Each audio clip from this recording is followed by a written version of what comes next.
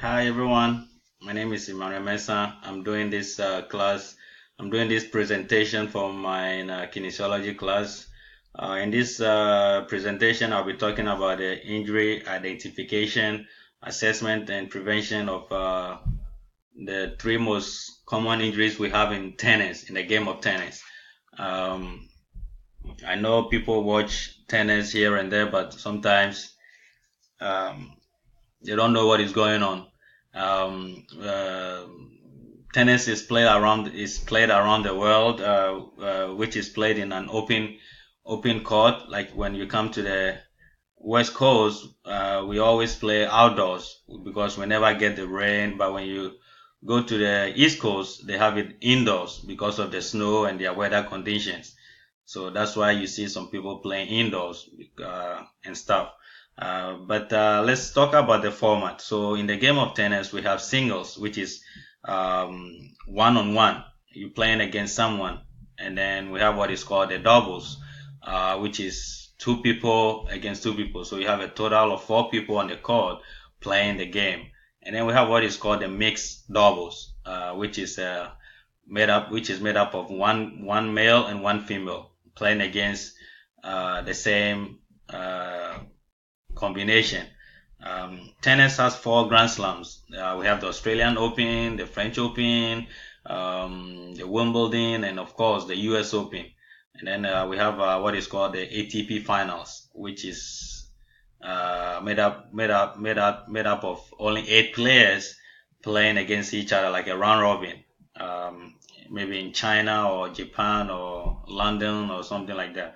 And then we have what is called the Davis Cup. This is where you get to represent your country. So you work so hard, training, practice, traveling, and then now you get a chance to play for your country, which is very very honored. I'm part of Ghana Davis Cup team. I go every year to play for my country. It's very fun. It's very fun. Then we have what is called the World Team Tennis. That one it's like a league. It's kind of like a league. Um, and then here are some of the factors of the tennis injury. According to Mayo Clinic Online, players going to the hospital is about 33 to 100,000 per 33 per 100,000 go to hospital, which is a fair amount or something like that. And and and with the injuries, it happens due to the repetition of movement, because you see players running all over the court doing the same move here and there. So that tears down the muscles and the tendons and the tissues in your body, which breaks you down. In this research, I'll be talking about male and female between the ages of 14 to 50 and above, because people at 80 or 92 are still playing tennis, so we cannot leave them out. So these are the three common injuries we have in tennis. We have the tennis elbow, which is called the lateral epicondylis, torn rotator cuff, which is the shoulder, knee injury, specifically the anterior cruciate ligament. I have a diagram here. This guy holding his knee. He probably need a medical attention. These are the mechanisms of the tennis elbow. One-handed backhand. Um, you People hitting with only one hand on the backhand side can put tension on the elbow because of the force coming from the ball, and then also you accelerating on the ball can put pressure on your elbow. Late forehands, hitting the ball late on your forehand, instead of like taking the ball early right in front of you, and then of course technique issues. People use the wrong technique every day. So just make sure whenever you step on the tennis court, you know what you're doing, or you can request for um, a tennis coach or a trainer to guide you through the proper techniques. I have this skeleton showing us some of the tendons and the tissues that we break in tennis elbow.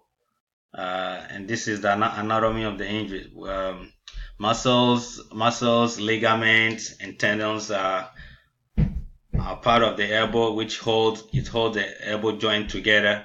Extensor carpi radialis brevis is also part of there. Muscles, the muscles and the tendons are of the forearm, and then they are attached to the bony side or the outside of the elbow.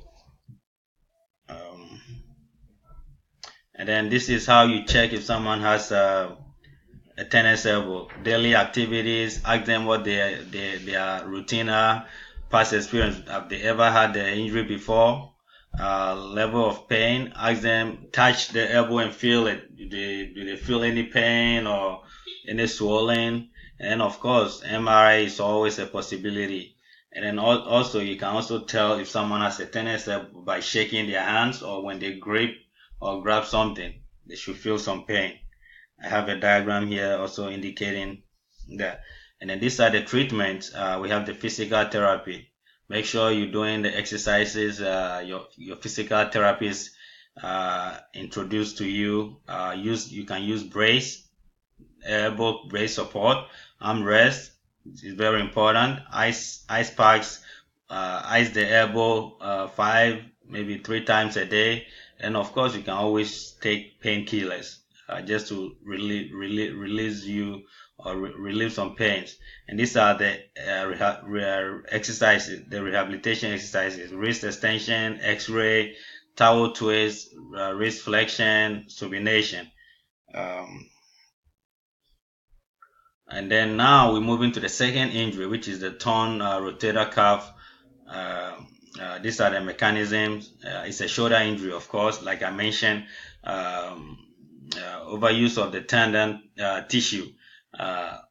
One point can go on for like a minute or two, just rallying back and forth, hitting the ball so hard, and it can tear down the shoulder by repeating the same movement over and over. The rotator cuff is due to overhead movement, like tennis. The racket goes over your head like that, and then you can also get it from falling from the stairs, aging over 40 years generation, and then of course using the wrong racket. By what I mean is using heavy rackets or using lighter rackets. So you have to make sure when you take the racket, you can tell from the weight that, oh, I can use this one. So try not to use the wrong racket. The assessments are physical examination, of course. These are part of the physical examination: X-ray, MRI, arthroscopy, autotrogram, limited mobility, and then of course inflammation. And then I have a diagram here showing you some of the muscles and tendons of the rotator cuff. Most tennis players experience shoulder pain due to many factors. By playing long matches, some matches can go on and on for like 3-4 hours, and then this can break you down because of the repeated movement on your shoulder. Of course, the shoulder joint handles most of the arm movement, so we have to be careful with the shoulder joint. Treatment: rest and ice is a must. Therapy, of course, you need some exercises to heal the shoulder. Injection and arthroscopy. This is where they inject something. They inject a steroid into your shoulder just to relieve some pain. And then of course, lastly, surgery. This will be like your last option, but it's not like a right away treatment. That should be your last resource. And then the rehabilitation, we have a reverse fly.